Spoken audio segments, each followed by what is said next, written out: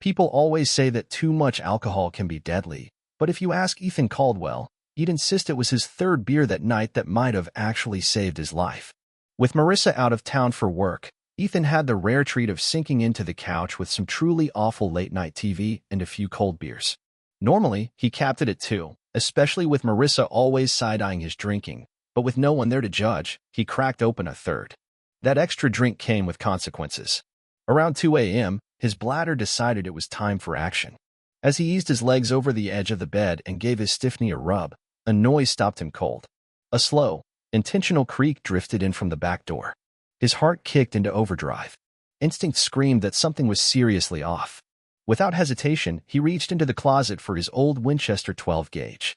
His dad, an old-school cop from the 70s, had hammered the same advice into him: rack a shelf first. That unmistakable sound alone could scare off most intruders.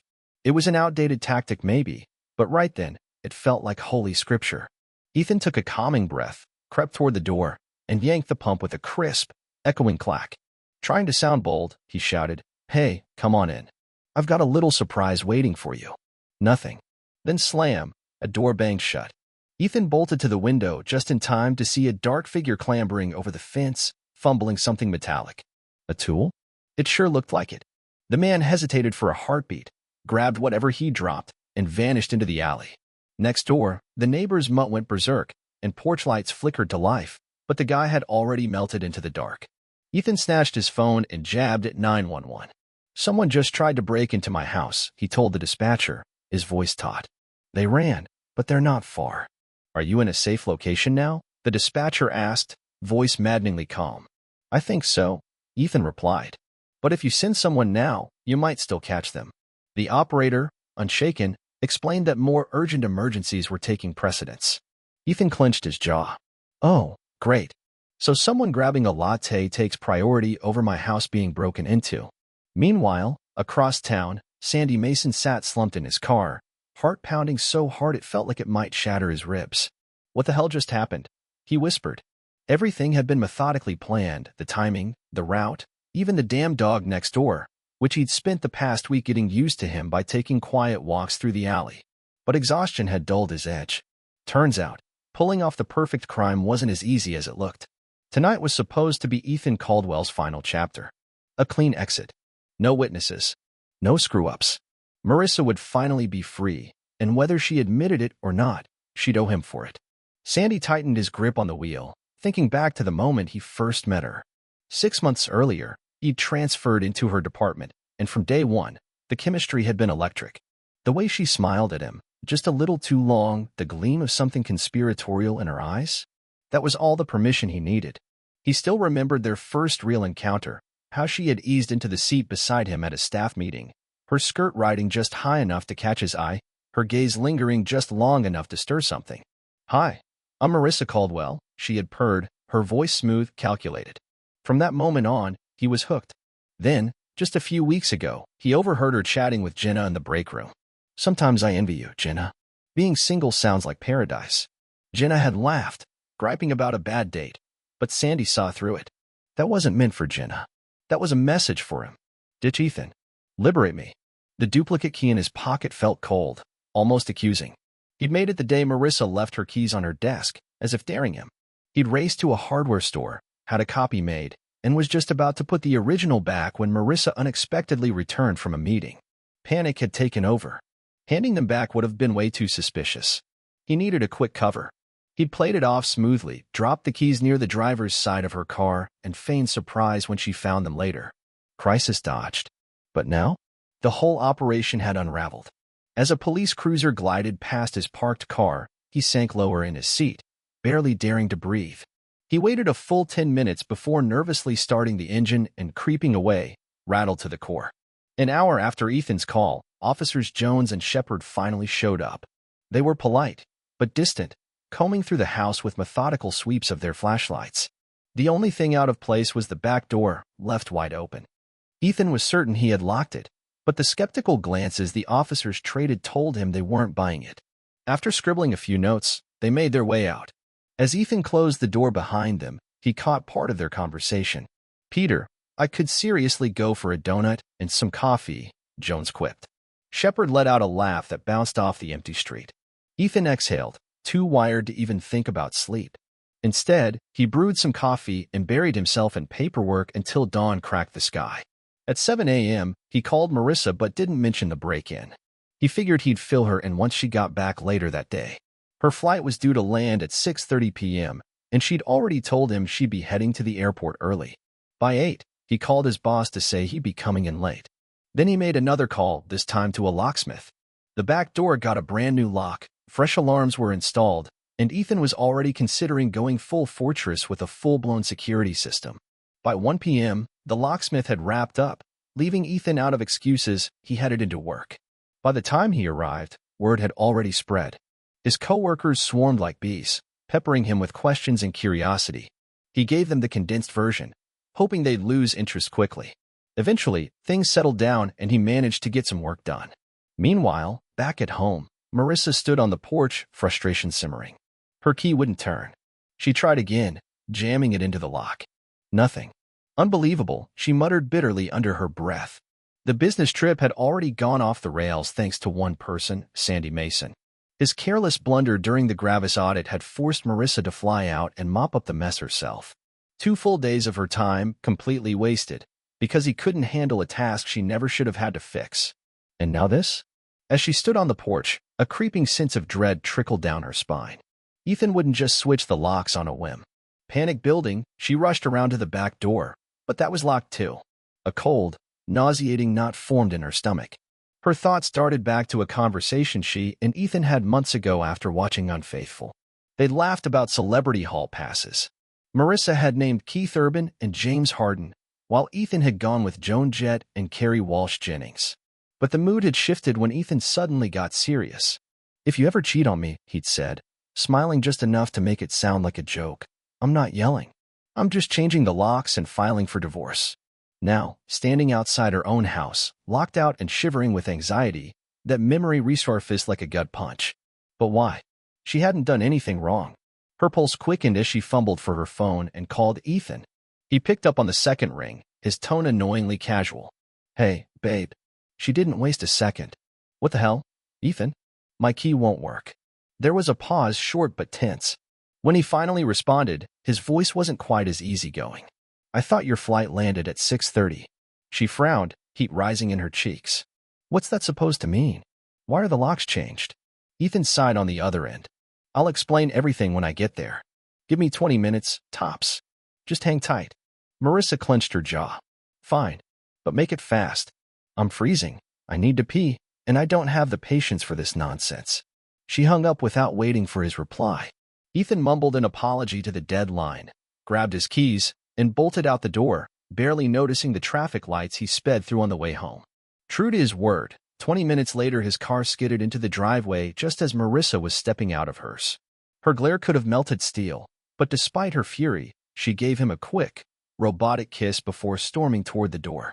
Ethan followed close behind, juggling her suitcase and briefcase, and already cracking open one of her favorite Kraft Alish as she hit the kitchen. His sheepish grin and beer-in-hand gesture took a little of the edge off. Letting out a heavy sigh, she wrapped her arms around him in a stiff hug, the tension in her shoulders starting to melt. "Okay," she said, taking a slow sip. "Now tell me why I had to stand outside my own house like an idiot." Ethan didn't hold back. He walked her through the whole thing, the late-night beer, the urgent trip to the bathroom, the dogs barking, grabbing the shotgun, and seeing the shadowy figure making a break for it over the fence. Marissa went pale, her lips parting as her eyes began to glisten. The realization hit hard. "I almost lost you," she whispered, voice cracking. "God, Ethan." She wiped her eyes and kissed him, murmuring a soft apology for snapping earlier. There was no longer a debate about a security system. The decision was final. "We're getting one," she declared, her tone all business. "Lila's coming home next weekend, and there's no way she's sleeping here unless I know this place is locked down." That Friday morning, Marissa parked in her usual spot in the underground garage, keeping to a routine she'd clung to ever since that chaotic day last month when her keys had vanished. Before stepping out, she slipped them into the side pocket of her bag, extra careful, just like she'd been every day since. That day had been pure madness. Nearly an hour of frantic searching had passed before Jenna McBride finally spotted the keys under Marissa's car. Marissa could have sworn she'd left them on her desk, but a rushed departure after a traffic-jammed morning had probably thrown her off. Later, Ethan had texted her an article he'd found, a warning about tech-savvy thieves who could hijack fob signals to unlock cars. The article recommended locking the car manually instead. Ever since, she'd been hitting the button like it was gospel. As she moved through the office that morning, her path took her right by Sandy Mason's cubicle. He looked up briefly, and a sharp chill crept over her skin. There was something about him, something oily and wrong, that always unsettled her. She could still recall his first day. She'd arrived late to a staff meeting and was stuck with the only available seat, right next to him. As she sat, she'd noticed his eyes dart toward her skirt and linger far too long on her chest. Her instinct had been to snap, "Eyes up here, buddy," but instead she'd forced a tight smile and held out a hand. "Hi, Marissa Caldwell." 2 weeks ago, he crossed another line. She and Jenna were casually chatting in the break room when Sandy had invited himself into the conversation. Neither of them had the energy to say no. But when Marissa joked about one of Ethan's quirks and noticed Sandy grinning like he was part of some inside joke, her patience hit its limit. She marched straight into Vincent Crane's office, her manager, and filed a formal complaint. Not just about Sandy's clear lack of professionalism, but about his creepy, invasive behavior that had been escalating for months. With any luck, he'd be transferred, or even better, terminated. That same Friday night, Sandy Mason lounged on a sagging old couch, but he wasn't watching a show. His eyes were locked on his TV screen, playing secret footage he'd taken of Marissa captured on his phone without her ever knowing. Technology had come a long way since high school, when he'd been caught trying to film a cheerleader using a clunky camcorder. Back then, he had defended himself by saying, "If they don't want attention, why wear skirts like that?" He'd been genuinely confused. The school wasn't amused. He was slapped with a 3-day suspension. Things got worse when they uncovered dozens of locker room photos saved online under his name. That time, the cops got involved. At 15, Sandy had been cuffed and charged. Only his parents' deep pockets and a ruthless lawyer kept him from being branded a sex offender. He got 3 years probation and a clean record by 19. It was like nothing had ever happened. Now, watching Marissa move across his screen, Sandy sighed, almost dreamily. "God," he muttered, smiling. "What a woman." Sure, Sandy couldn't deny that the Gravis audit had been a total train wreck. That part, he owned. But how was he supposed to concentrate when Marissa was the only thing on his mind? In his twisted reasoning, he convinced himself that her flying out to Portland was her way of shielding him. Why else would she bother? That had to mean something. Determined not to lose his job, or his last thread of connection to her, Sandy promised himself he'd clean up his act by Monday. He couldn't afford to be cut off from her. Not now. And Ethan? Ethan was still in the way. Still the obstacle. And sooner or later, Sandy knew he'd have to be removed for good. Saturday morning, Marissa and Ethan were lacing up their running shoes on the porch. Marissa was still seething, frustration radiating from every sharp movement, most of it aimed squarely at her boss. "I seriously cannot believe Vincent let Mason off with just a warning," she snapped, yanking her ponytail tighter. "The guy tanks a critical audit. I lose 2 days of my life fixing it. And when I report his creepy behavior, Vincent basically shrugs and says, 'Talk to HR.' Seriously? What the hell?" Ethan, stretching quietly beside her, wisely stayed silent. Most men didn't understand how draining it was to exist in a professional world while constantly fending off unsolicited attention. But Ethan wasn't most men. He got it. And he considered himself lucky, married to a woman who was not only sharp and driven, but loyal to the core. Marissa wasn't some rare, mythical unicorn. But to Ethan, she was 1 in 1,000. He often found his mind drifting back to the year after Lila was born.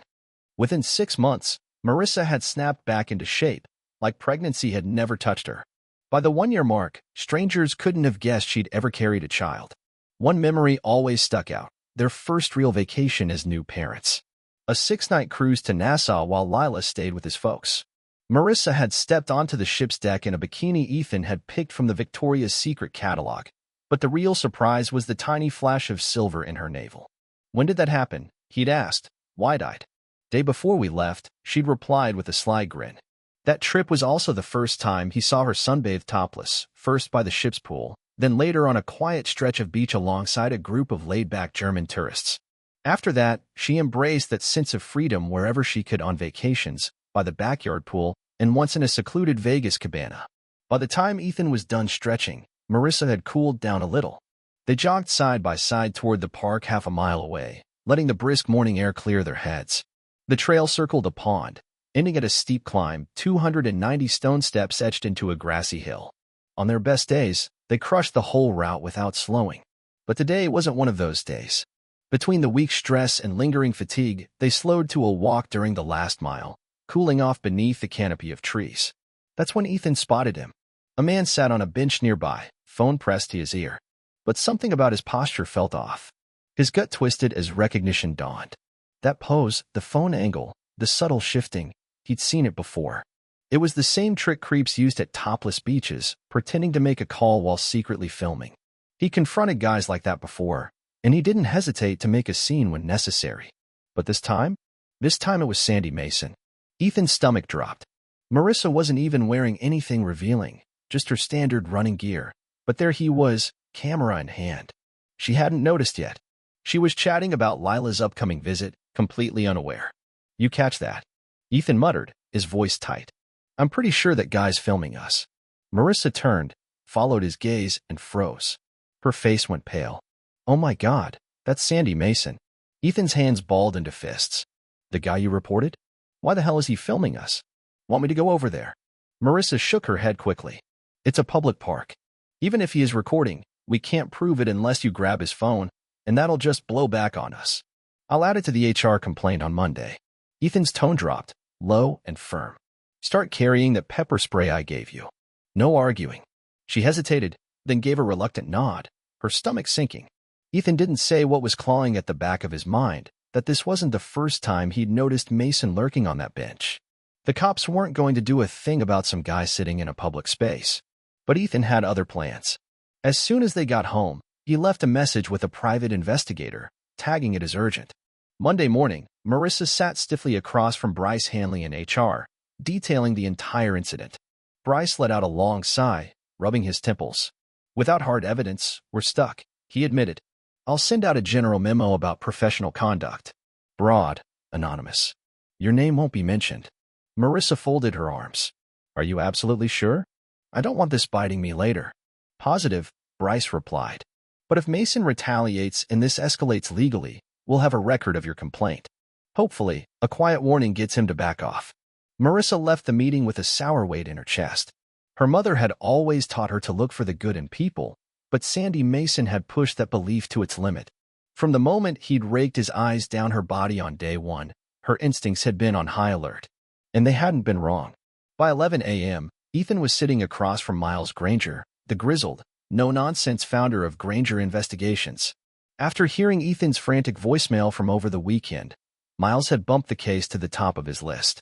"I need everything you can dig up on Mason," Ethan said, tension practically radiating from his body. "Where he's from, if he's got a record, anything sketchy." Marissa says he never talks about his past. Like he just showed up out of nowhere. Miles nodded, scribbling on a yellow legal pad. "Understood. I'll have our attorney reach out to HR and get started immediately." Since Marissa had submitted a formal complaint, Ethan figured HR would have no choice but to cooperate. If they resisted, Miles and his team would apply pressure until they cracked. And if the company had skipped a proper background check when hiring Mason, they'd uncover that too. "Thanks, Miles," Ethan muttered, the tightness in his shoulders easing just a little. "This whole thing's been eating at me. I need answers." "You'll have them," Miles promised. "I'm putting Cole Barrett on this. One of my best." Ethan hesitated. "You think I should call the cops?" "Not yet," Miles said, his tone measured. "If law enforcement steps in too soon, Mason could vanish. Let us build a solid case first. Once we have something real, we'll bring them in." Ethan's eyes darkened. "A couple of weeks ago, a drone hovered over our backyard while Marissa was sunbathing. Think it could have been him?" "We'll check," Miles said instantly, already thinking ahead. If it was a high-end drone, odds are it had to be registered with the FAA. If it traces back to Mason, we've got leverage. "Good," Ethan said. "Keep me in the loop. If we're going to the cops, I want the full picture." Miles gave a short nod. "Do you want security for Marissa?" "A bodyguard, maybe." Ethan exhaled slowly, shaking his head. "Not yet. What's really bugging me is the timing of the break-in. She was out of town, he had to know that. So why strike then?" "Crazy doesn't follow logic," Miles replied, his voice grim. "The break-in and the stalking might not be connected. But until we know for sure, We treat them like they are. Ethan stood and shook his hand. I can't tell you how much I appreciate this, Miles. You're not just another client, Ethan, Miles said, offering a reassuring smile. You and Marissa are friends. I've got your back. As Ethan walked toward his office, he found himself more alert than usual, scanning alleyways, checking reflections in shop windows, half expecting Mason's smug face to pop out of some dark corner. Miles watched him go, concern etched across his face. Without missing a beat, he picked up the phone. Alice, can you get Cole in here? Thanks. Across town, Sandy Mason sat stewing at his desk. HR had dragged him in that morning over a serious workplace complaint, and he didn't need a memo to figure out who'd filed it. He clenched his jaw. Jenna McBride. Jealous little snake. She'd always been envious of the bond he shared with Marissa, always looking for ways to wedge herself between them. But she'd regret getting in his way. He had plans for her too, just not yet. She was a sideshow. The real threat was still Ethan Caldwell. It had been almost a week since the botched break-in, and Sandy still hadn't come up with a workable follow-up. Going back to the house was off the table. Ethan had fortified the place like a bunker. A brand-new ADT sign had popped up on the lawn. Cameras, motion sensors, deadbolts. Ethan wasn't playing anymore. Every plan Sandy ran in his head ended the same, either too sloppy, too risky, or an express ticket to prison. And what was the point of eliminating Ethan if it meant trading his freedom and any shot with Marissa for a jail cell? Just thinking about prison brought up memories he usually kept buried. Juvie, handcuffs, locked doors. But that fear sparked something. What if he didn't have to get rid of Ethan? What if he just ruined his life? The thought lit a fire in him. Framing Ethan for something monstrous, something Marissa couldn't ignore, would destroy the man from the inside out. She'd leave him, no questions asked. And with Ethan out of the picture, Sandy would never have to deal with the kid either. His gaze drifted to his computer screen, then to the reflection just past it, Marissa walking by, ponytail swinging, laughing with Jenna. And just like that, the idea hit like a lightning bolt. Lila. If he could make it look like Ethan hurt his own daughter, Marissa would cut him off without hesitation. Her marriage would be over, and Sandy? He'd be free to step in. A twisted grin crept across his face. For the first time in days, he felt sharp, energized. The path forward was clear again. He opened a browser tab and created a fake dating profile under the alias Ben Coulter. Within minutes, he'd found Jenna's account and sent a casual message, inviting her for coffee. Leaning back in his chair, hands behind his head, Sandy allowed himself to feel something he hadn't in weeks control. Jenna, busy in meetings all week, didn't bump into Marissa again until Thursday. They met at a cafe near the office, tucked into a quiet corner with steaming mugs between them. Marissa scanned the room, then lowered her voice. Jenna listened intently, growing more horrified with each detail of the park encounter. But she wasn't surprised. She knew how HR operated. The company came first. The employees? A distant second. Bryce is just covering their asses, Jenna muttered. It's always the same, vague warnings, no follow-through. They want things to go away without actually fixing anything. Marissa sighed, brushing hair from her face. Enough about my circus. How was your date last weekend? Jenna groaned and rolled her eyes. Another online dud. He looked great on paper, polite, well-dressed, but there was zero chemistry. We both knew it was DOA before dessert even landed. Marissa gave her a sympathetic smile. Jenna had been through enough already. Her first marriage had imploded after 2 separate affairs. She'd forgiven the first one, went to counseling, genuinely tried. But 2 months into therapy, she caught him red-handed, again, with the same secretary. Jenna brushed some crumbs off the table. But I've been talking to someone new since Tuesday. Seems normal, which is already a win. He's swamped with work, but we're supposed to meet once his project wraps up. Marissa forced a smile. That's great. One of these days, the right guy's going to show up and never look back. You deserve that. Privately, Marissa thanked her lucky stars she wasn't in Jenna's shoes. The week had been tense, but things at home had settled into a shaky peace, thanks in large part to Miles Granger. The new security system was up and running. Cameras, sensors, reinforced locks, everything they'd needed to finally sleep at night. For now, at least, Ethan could breathe easier. Lila was scheduled to be home by Friday, fresh off her final summer exam, and Ethan and Marissa had both cleared 2 full weeks from their calendars. It was their long-overdue escape, a family retreat to the Lake Wenatchee cabin, far from deadlines, phone calls, and stress. 2 peaceful weeks of hiking, fishing, and going completely off-grid. Lila had even mentioned that someone might be joining them during the second week. Oh boy. Ethan had frowned the moment she brought up the name Ryan Mercer. From the way Lila spoke about him, this wasn't just a casual fling. She'd actually used the word serious, which Ethan hoped was just youthful exaggeration. She was only 20, after all. Still, ever the wary father, Ethan had already begun planning how he'd quietly keep an eye on the kid. He'd lean into his usual gruff, territorial dad routine, while Marissa would play the hawk-eyed enforcer, a combination they'd turned into something of an art form over the years. Lila, of course, saw right through it. She often laughed at them, rolling her eyes and calling their protective antics adorably intense. That Friday afternoon, before heading home, Ethan swung by Miles Granger's office for an update. Cole Barrett was already inside, sitting with a worn notepad and a thick folder tucked under his arm. Mason's real name is Sanders Austin Mason, Cole started, looking up. He's 28.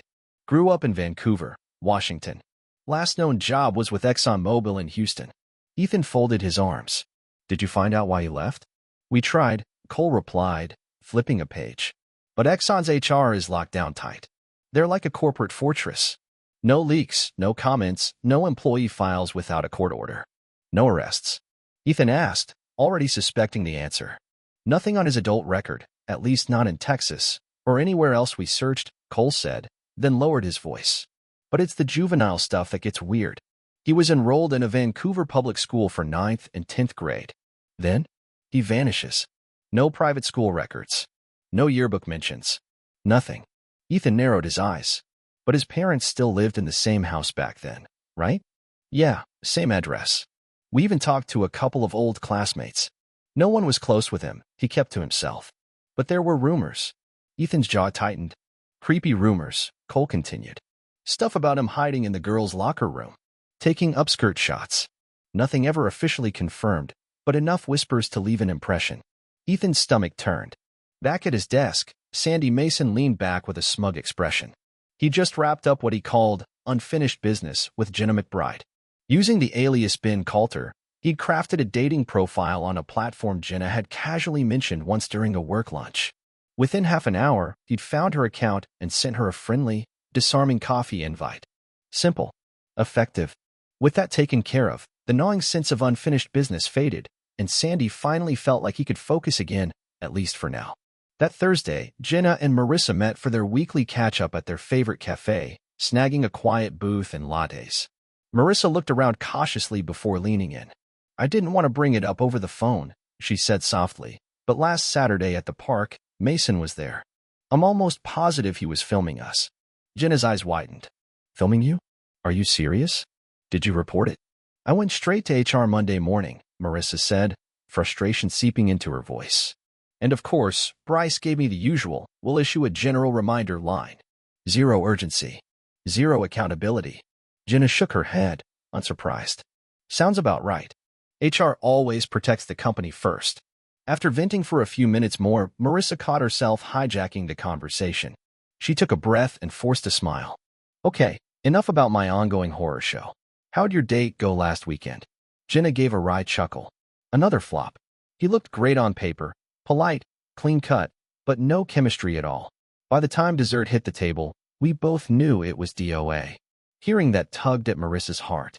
Jenna had been through the ringer. Her first marriage fell apart after 2 separate affairs, both with the same woman. The first betrayal had nearly broken her, but she'd tried to forgive him, believing it was a one-time mistake. She gave him a second chance, went to counseling, tried to rebuild. 2 months into therapy, she walked in on him, again, with the same secretary. Jenna casually brushed away some imaginary crumbs from the tabletop. But hey, she added, I've been chatting with someone new since Tuesday. Seems normal. He's swamped with work, but we're planning to meet next week. Marissa gave her an encouraging nod. That's great. Seriously. One of these days, the right guy's going to walk in, see how incredible you are, and never look back. You deserve that. Privately, Marissa couldn't help but feel a pang of gratitude. She was so thankful not to be navigating that dating minefield. Whatever was happening with Mason, at least she had Ethan, stable, loyal, predictable. As the weekend approached, the Caldwell household began to ease into a strange but welcome calm. The new security system that Miles Granger had arranged was finally installed and running smoothly. Ethan felt better knowing the house was locked down tight. Every window, every entry point covered.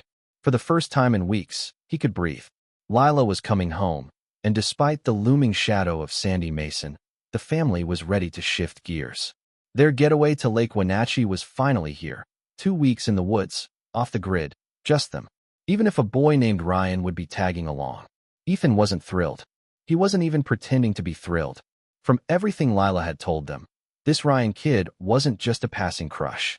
She'd used the word serious. And Ethan wasn't buying it. She's 20, he kept reminding himself. There's still time to scare the guy off. He'd stick to the plan, grizzly bear mode.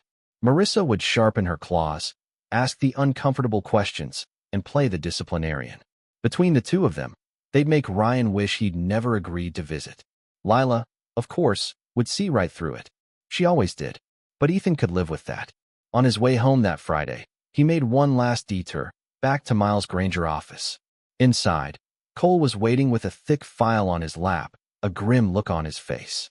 Mason's full name is Sanders Austin Mason, he repeated, flipping a page. Born in Vancouver, 28 years old. Last known employer was Exxon in Houston. Beyond that, he shook his head. Whatever he's hiding it well. Ethan narrowed his eyes. So why'd he leave Exxon? That's the million-dollar question, Cole replied, rubbing the back of his neck. Digging into Exxon's internal records is like trying to break into the Pentagon. They guard their HR files like national security secrets. So no dirt. Ethan pressed, frustrated.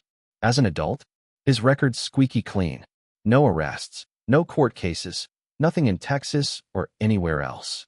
Ethan let out a sharp breath. That doesn't track. The guy practically drips predator vibes. Cole nodded grimly. Yeah, well, here's where it gets interesting. His adult record might be spotless, but we're confident his juvenile file's sealed. He did 9th and 10th grade at a public high school in Vancouver, then vanished. No trace in private school rosters, no GED records, nothing. Ethan felt a cold knot settle in his gut. But his parents never moved, right? Correct. Benet address. We talked to a couple of his former classmates. None of them were close with him. He was that creepy loner nobody wanted to sit next to. But 2 of them remembered some ugly rumors. One said he got busted trying to sneak photos up girls' skirts. Another mentioned a hidden peephole in the girls' locker room. Ethan cursed under his breath, jaw clenched. So this guy's been a pervert since puberty. That evening, the Caldwell house was buzzing with energy again. Lila was finally home, her usual brightness filling the space. She hardly touched her dinner. Too excited, too talkative.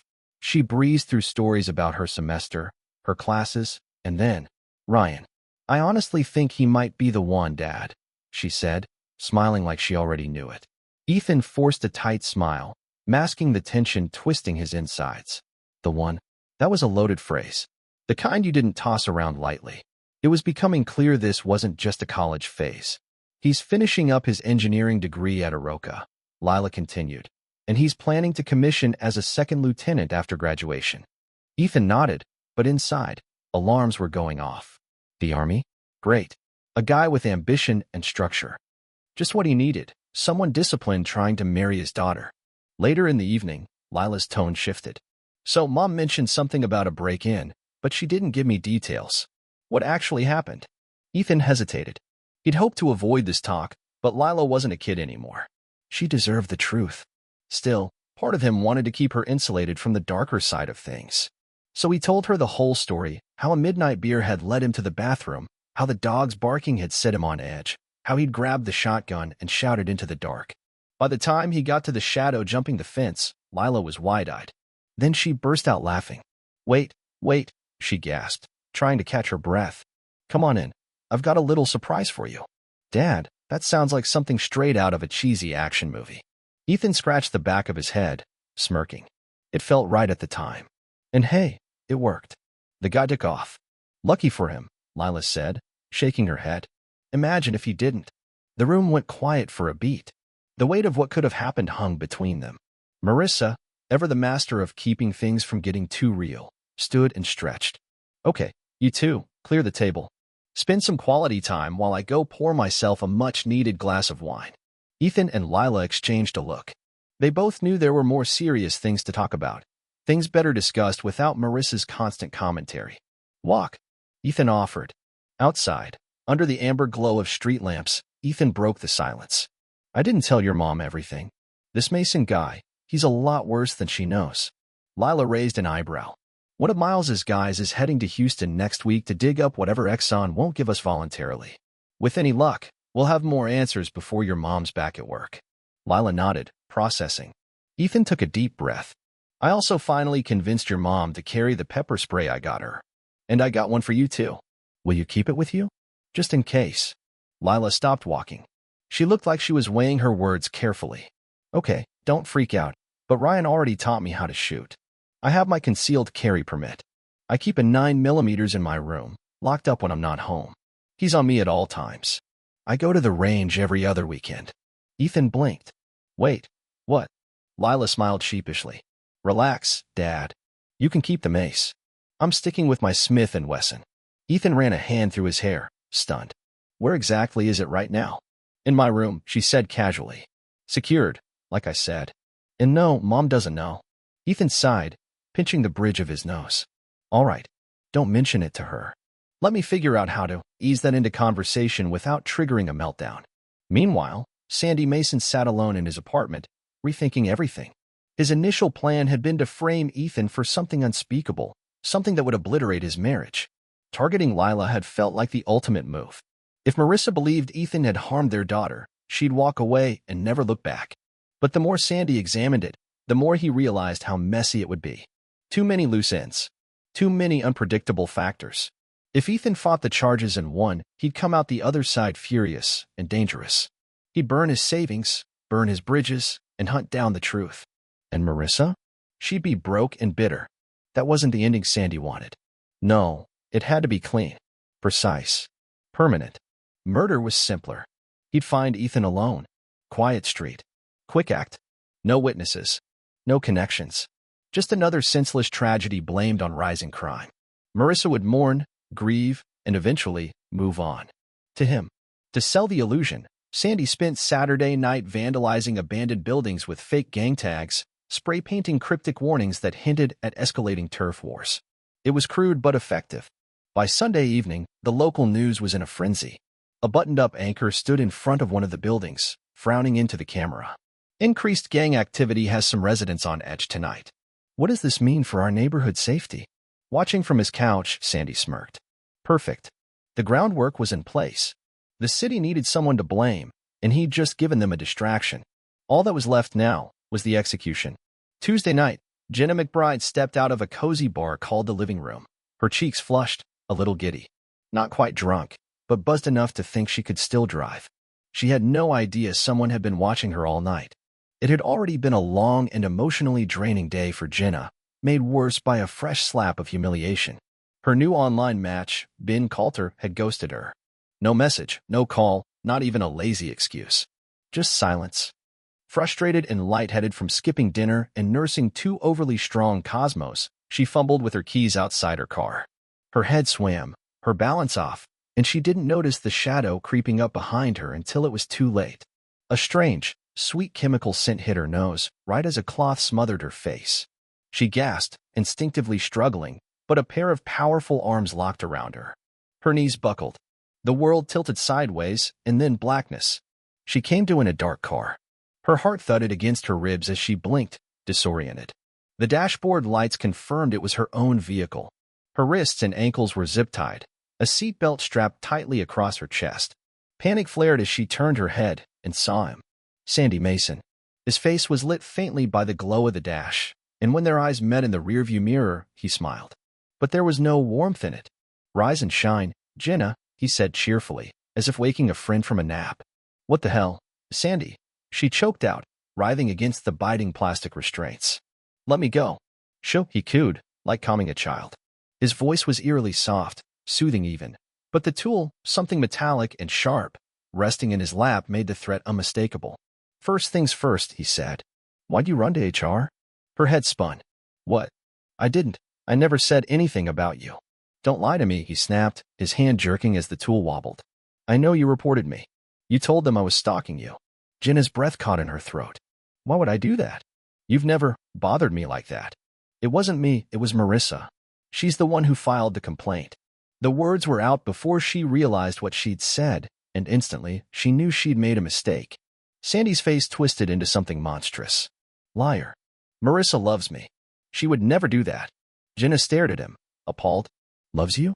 Are you insane? She's married. What are you even talking about? But his expression only softened, like a man indulging a beautiful fantasy. Once Ethan's out of the picture, it'll be different. She'll be free. We'll get married. Start fresh, new life. Jenna's horror climbed. He actually believed it. Fully. Sandy, she whispered, trying to keep her voice even. Listen to me. I didn't report you, and I won't say a word about this. Just let me walk away. Please. For a moment, he didn't answer. His gaze dropped. He mumbled to himself, then suddenly flung open the driver's side door and stepped out, pacing the edge of the empty trailhead parking lot. It was nearly 1 a.m. No traffic. No people. Just darkness and trees. Jenna sat frozen, paralyzed, listening to the distant chirp of crickets and her own ragged breathing. 10, maybe 15 minutes passed. Her wrist burned. Her face was streaked with silent tears. When he returned, the car's dome light blinked on, casting him in a harsh white glow before vanishing again. All right, he muttered, almost robotic. I'll let you go, but I need answers first. And if you talk about this to anyone, I swear. I won't. Jenna cut in, nodding frantically. Just ask. The interrogation began. Fast. Disjointed. What exactly did Marissa say to HR? Did anyone else know about the complaint? Did Ethan suspect anything? Jenna answered as best she could, trying to sound steady, trying to stay alive. She was buying time. That's all she could do. In truth, Sandy had never planned to let her go. Originally, he had wanted to make her suffer. But now, looking at her terrified, broken, he didn't feel rage. Not toward her. Jenna wasn't the enemy. Just another obstacle in the way of Marissa. Collateral. He almost pitied her. Almost. Sighing, Sandy reached into his jacket and pulled out a small amber vial. For a second, hope surged in Jenna's chest. He was keeping his word. He was a. Then she smelled it. No. No. No, please, she sobbed, struggling against the seatbelt, her head jerking away. Sandy, don't. Can't risk it, he whispered, pressing the rag to her face. Her body thrashed. Then weakened. Her eyes fluttered closed. And just like that, she was unconscious again. Sandy sat back in the driver's seat, exhaling slowly as he watched her slump against the passenger door. His thoughts drifted back to Marissa. Marissa, who had betrayed him. Marissa, who had chosen Ethan. But soon, that perfect little world of hers would shatter. And the thought filled him with a cold, thrilling satisfaction. He didn't need a map.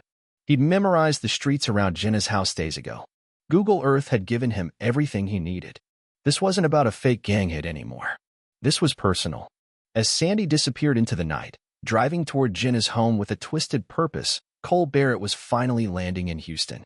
His arrival had been delayed by a court hearing back in Seattle. And to make matters worse, the law firm originally handling the investigation had dropped out, claiming a conflict of interest. Frustrated but focused, Cole turned to a local recommendation, a firm known for digging where others wouldn't. By Wednesday afternoon, he was seated across from Thomas Radley, a senior attorney at Radley & Simmons.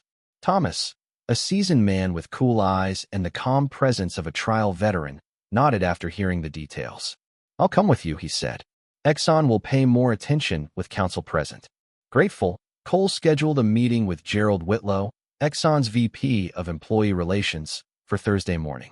That evening, Cole poured through public records at the Houston Library. Nothing new. No arrests. No red flags. It was all too neat. And that, in his experience, was exactly what dirty looked like. Thursday morning, Cole and Radley sat across from Whitlow in his glossy corner office. Whitlow was all professional polish, stiff handshake, tidy suit, and a too-warm smile. Coffee's over there if you'd like, he offered, gesturing vaguely. Neither man moved. They sat in the chairs Whitlow indicated, noticing the open door and the assistant station just outside, close enough to listen. Whitlow laced his fingers together. Gentlemen, I reviewed Mason's personnel file after your call and consulted with legal. I'm afraid company policy forbids me from sharing any part of that file or discussing it in detail without a formal subpoena. Cole exchanged a look with Radley. The kind of look that said, "You've got to be kidding me." This was something they could have told them over the phone and saved them the flight. Whitlow paused, choosing his next words with intent. "However," he said, tone leveled but firm, "if you proceed with a subpoena, Exxon will comply without delay. We won't contest it. We won't stall. Full cooperation."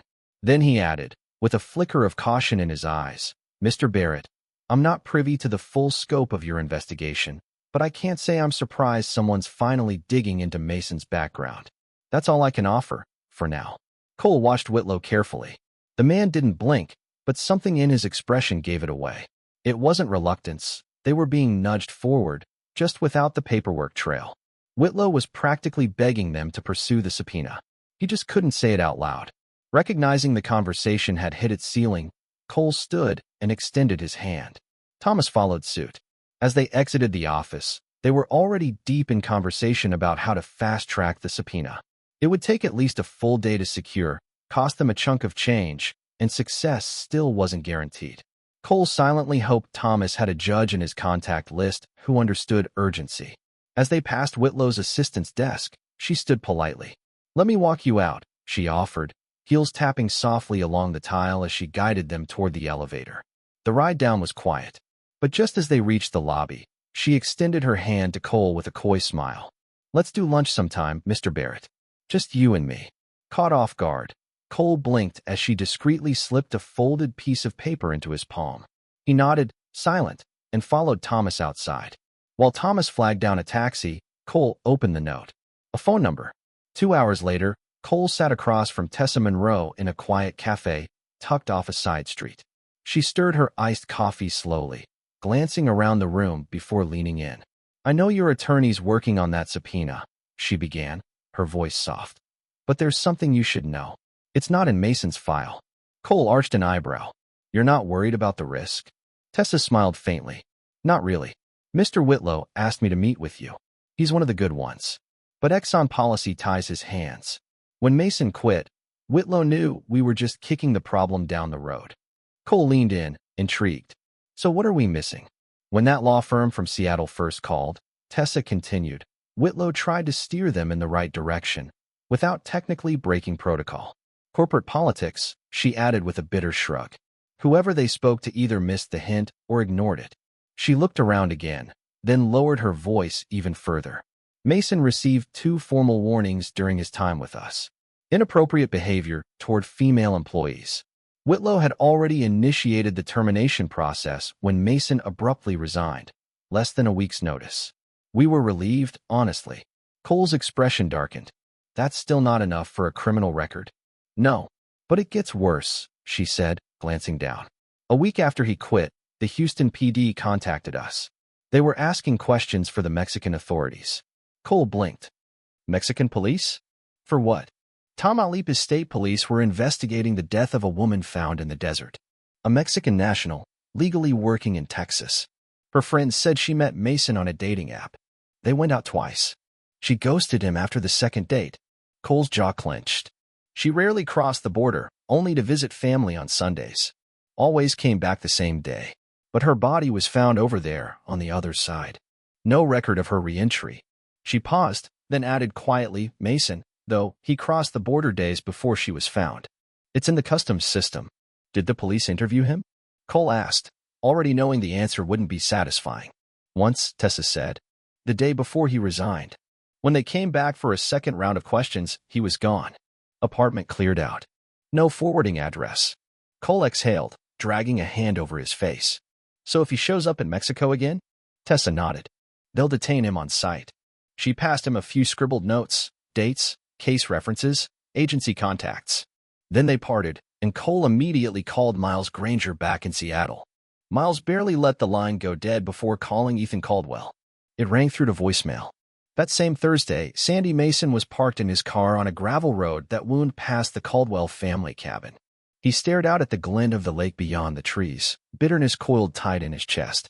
"Why does life always screw me over?" One of the vehicles from the night before was missing. Either Marissa or Lila had left. He tried to make his move the night prior, but as he approached the cabin, a motion sensor floodlight had flared to life, flooding the yard in blinding white. Spooked, he'd slinked back into the woods like a rat. Now, Ethan was out front, pushing a lawnmower across the uneven yard, blissfully unaware of the danger rolling past. Sandy slowed, feigning interest in the lake view, but his eyes scanned the property. He knew the layout. He'd memorized it. Nearby cabins were empty, confirmed via satellite and a personal detour. No neighbors. No eyes. No alibis. Satisfied, Sandy drove farther up the gravel path and pulled into a secluded state park lot. There, he unloaded a mountain bike from the back seat. Quiet, easy to stash or abandon. Much less conspicuous than a car. Back at the cabin, Ethan guided the mower across the edge of the lawn, the mechanical hum lulling him into thought. That is, until something sharp and sudden cut through the noise. A scream? He straightened instantly, pulse surging. He turned toward the house, and through the wide picture window, he saw movement. Two silhouettes. One struggling. For a split second, Ethan froze. His brain refused to catch up. Then instinct took over. He abandoned the mower and sprinted toward the house, cutting across the yard in seconds. He didn't hesitate. Didn't think. He slammed through the front door like a battering ram. It was the kind of decision that could have cost him everything. At that same moment, tires crunched softly over gravel as Lila pulled onto the narrow road leading to the cabin, completely unaware of the nightmare that had just begun inside. The second Lila turned onto the gravel path, something felt wrong. Her brow furrowed. Her instincts prickled to life. Something's off. Growing up around the family cabin, she couldn't remember a single time her dad had left a tool out, especially not something like the lawnmower, now sitting abandoned in the middle of the lawn. Ethan Caldwell didn't do careless. Her heart gave a quick, uncomfortable skip. Maybe she was just spooked. Her dad had been drilling safety into her head for weeks, ever since they found out about her mom's stalker. Still, how would that psycho even know they were up here?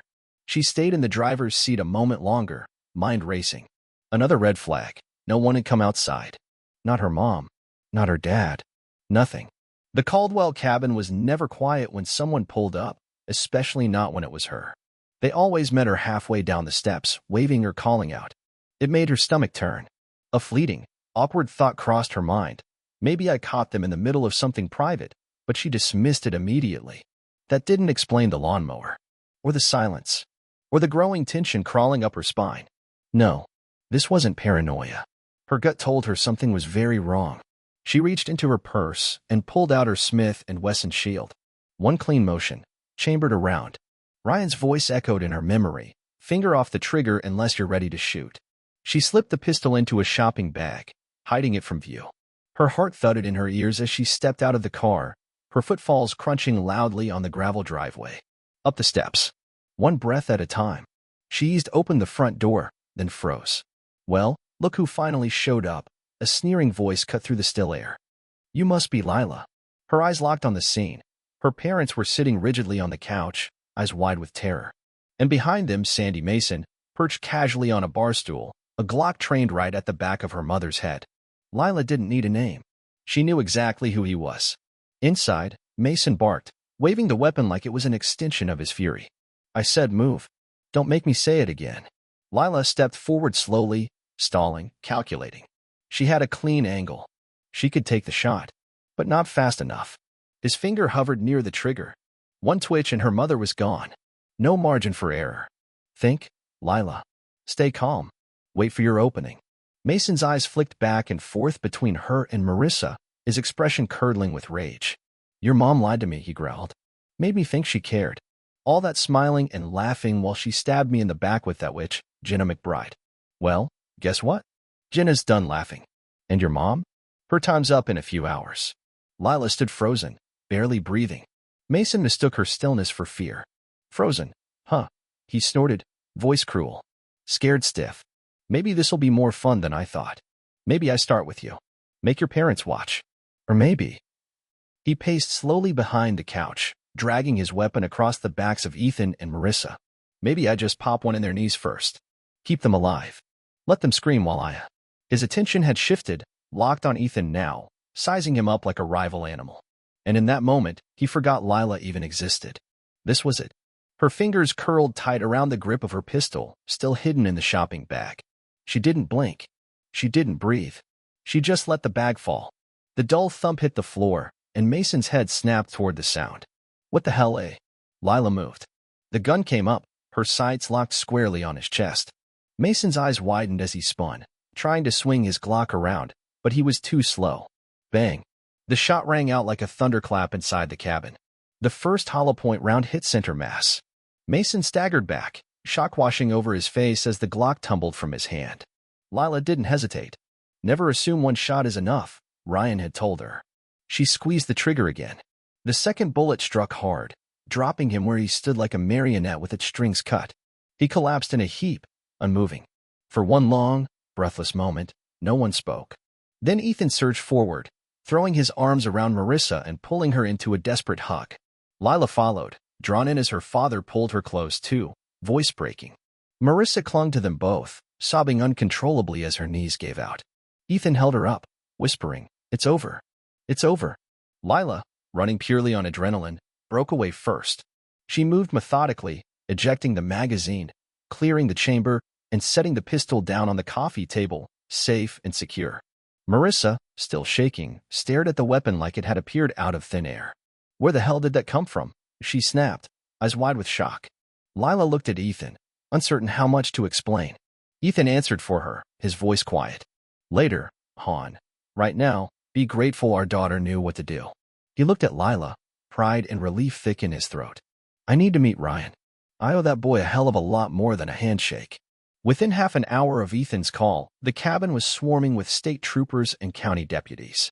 The investigation was fast and efficient. It didn't take long to determine that Lila had acted in clear-cut self-defense. Mason's abandoned vehicle, recovered less than a mile from the scene, was a goldmine of evidence. Inside, officers found damning links not just to the Caldwell family, but to two unsolved homicides, one in Florida and one in Mexico. 2 days later, investigators found what was left of Jenna McBride. Her body had been dumped near an irrigation ditch just outside town. In the trunk of Mason's car, they uncovered a locked suitcase. Inside were dozens of flash drives, each filled with images and videos of women. Hundreds of them. Years of stalking, voyeurism, and abuse. There were trophies, too. Earrings, necklaces, snapshots, and small plastic bags containing locks of hair. Evidence spanning over a decade. A second compartment held a stolen Ontario license plate, detailed maps of Canada, and travel guides for the Caribbean and Venezuela. His next moves were planned. Sandy Mason had intended to vanish, to escape extradition, slip into a place where he could start again. He never got the chance.